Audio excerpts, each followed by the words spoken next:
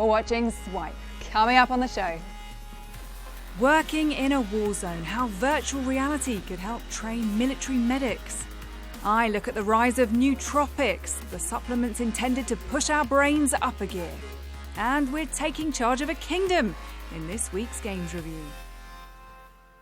Welcome to Swipe.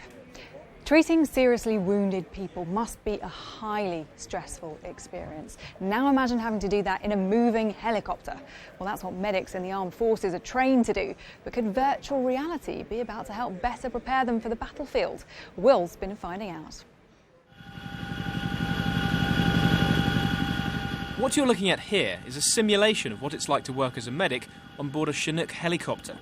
A scene projected onto a virtual reality headset makes the wearer feel like they're working in a war zone, and the dummy on the floor allows them to practice their skills on a casualty in mid-flight. As best as we can, we're using commercial off-the-shelf components. So we're using the HTC Vive headset, and that's being tracked in real time by something called the Lighthouse tracking system, which is basically two boxes with a pair of scanning lasers that then scan the environment in which the individual is moving, and these photosensors on the headset will pick up the position and orientation of the head. Military medics do some of their training in moving Chinooks, but most of their work is carried out in grounded helicopters, and this setup has its limitations. It can't replicate the stress, sights and sounds that medics have to face on the battlefield. The experience created by the simulator, including moving images and helicopter sound effects, has the potential to make training feel much more like reality. We really want to be able to give people at least partly the impression of actually being within that medical environment. You're up in the air, you've got the vibrations, you've got the sound effects, you've got the unusual light distortions from the rotors, and prepare people for all these additional sort of visual and audio inputs they're just not used to. One of the benefits of this setup is its flexibility. The virtual cabin can be easily inflated and deflated, so it can be packed up and moved between bases. But despite the clear benefits of using virtual reality, will we ever get to the stage where a simulation can fully prepare someone for real warfare? I think it can come very close.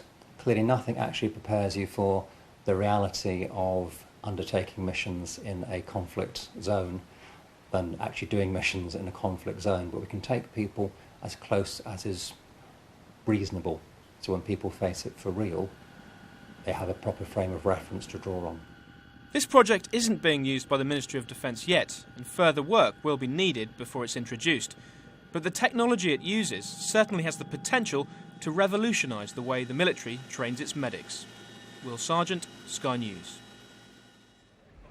Stay with us. Still to come, inspired by Silicon Valley biohackers, we meet one business owner taking cognitive enhancers to stay sharp at work. That's coming right up after a roundup of this week's tech news.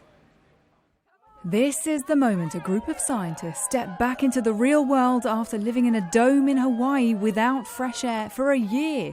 The experiment was meant to simulate what it would be like to live on Mars, with the team only allowed to go outside if they were wearing spacesuits. Apple was ordered to pay up to £11 billion in back taxes to Ireland this week. The European Commission ruled that a special scheme to route profits through the country was illegal. Both Apple and the Irish government deny any wrongdoing. Amazon's launched its Dash buttons in the UK. They're physical buttons which sit around your home that you press when you want to reorder everyday items for delivery, like coffee, washing powder, pet food and shaving gel. And Mark Zuckerberg had a business meeting with the Pope this week. Well, kind of. The Facebook founder and his wife Priscilla Chan dropped into Vatican City for discussions on how to use communications tech to tackle poverty. The nootropics trend is growing. If you've never heard of that term before, it basically refers to a whole load of supplements and drugs that are meant to enhance cognitive function. They're said to be all the rage among some Silicon Valley tech entrepreneurs who want to be able to think faster, remember for longer and be more productive. So I've been investigating the trend and the potential risks. One of you put the beans in. A busy working mum has ways to stay on top of things. Sadie has perhaps an unexpected one. She's big on nootropics. That's the buzzword for a new generation of substances taken to make users think faster, remember for longer and concentrate harder. This is my supplement cupboard that I've been using. I actually started off with just the one drawer, but slowly what's been happening is I've been getting rid of all of my spices and I'm actually taking over. Nootropics could technically be anything from caffeine to unlicensed medicines or psychedelics. Sadie, though, sticks to legal and mainly natural compounds. And usually what I do in the mornings, to be honest, I'll just make a decision how I'm feeling and what it is that I actually want to do for the day. For her, the supplements have become a useful tool. You really need to be on the ball all the time. I'm a mom, I'm busy I've got about 3 different businesses. You know, if I'm in a meeting, I need to be able to remember stuff and recall information. Nootropics, also known as smart drugs, appear to have had some beginnings in Silicon Valley, where high-performing tech entrepreneurs try to get an edge over the competition. Now the trend extends to, well, anyone. It's hard to know officially just how many people are taking nootropics, but go online and there are forums and podcasts devoted to discussing them. There's one user here asking which nootropic would be most beneficial to take while learning a new language. Someone else over here is asking which nootropic would be best to take instead of a cup of coffee in the morning. And it seems fans don't just want to push their brains up a gear, they want mental preservation too.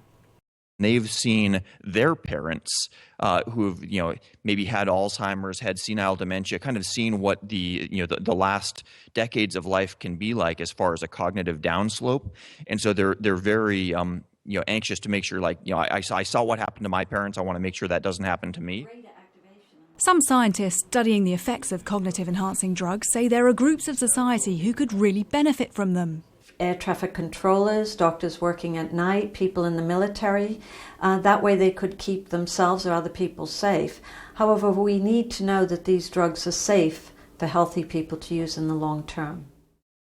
At the moment, many nootropics fans buy over the internet, and with some of the drugs, that's illegal. Also, customers can rarely know what they're really getting.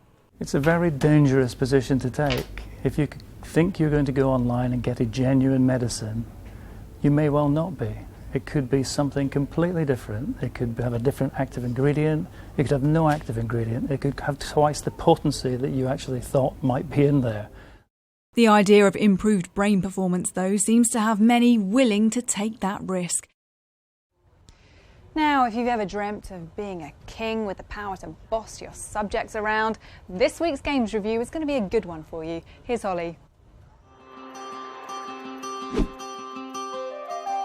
Reigns is a game in which you take control of a kingdom and you've got to have the longest reign, how many years you can get. Now the reigns all add up, so you start at the beginning and you progress through history. So you remember what you did in a previous game. Now you make decisions by swiping left and right, to say yes or no, or interacting with the people in front of you.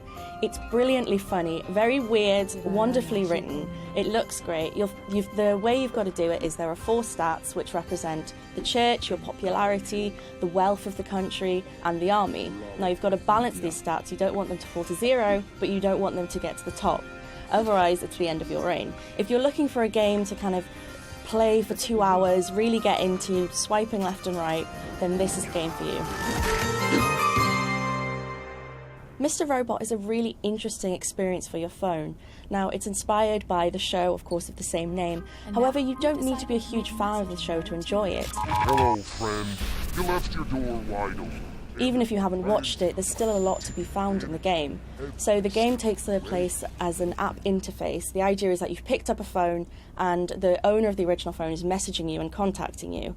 So it acts like it's your real phone. It does really interesting things. It sends you notifications, it sends you messages. It plays on the themes found in the TV show, the idea that we're constantly connected to our phones, wanting to be into this communicating technology. If you're looking for a unique experience, then this game will really fulfill your needs. Legend of the Skyfish is a puzzle platformer that is both beautiful and just oozes quality and gameplay. It is inspired by the Legend of Zelda series, but instead of feeling like a rip-off, it feels like a really loving homage. It is gorgeous, the art style is absolutely beautiful, and it is also enhanced by really brilliant sound design and music, just adds to the experience. Now, I was surprised because I played it on iPad, and sometimes controls on a touchscreen can be a bit fiddly, a bit cumbersome, especially if there's more than 2 things going on. However, the controls of Legend of the Skyfish felt really slick, they felt very in control, very tactile. I was really impressed by what they've managed to do. That's it for this week, but don't forget you can watch any of our episodes on our YouTube playlist. Just type in Sky News Swipe and take a look at Sky News on mobile, tablet, catch up Sky Q and Snapchat for all the latest tech stories throughout the week. And we'll see you again next time. Bye bye.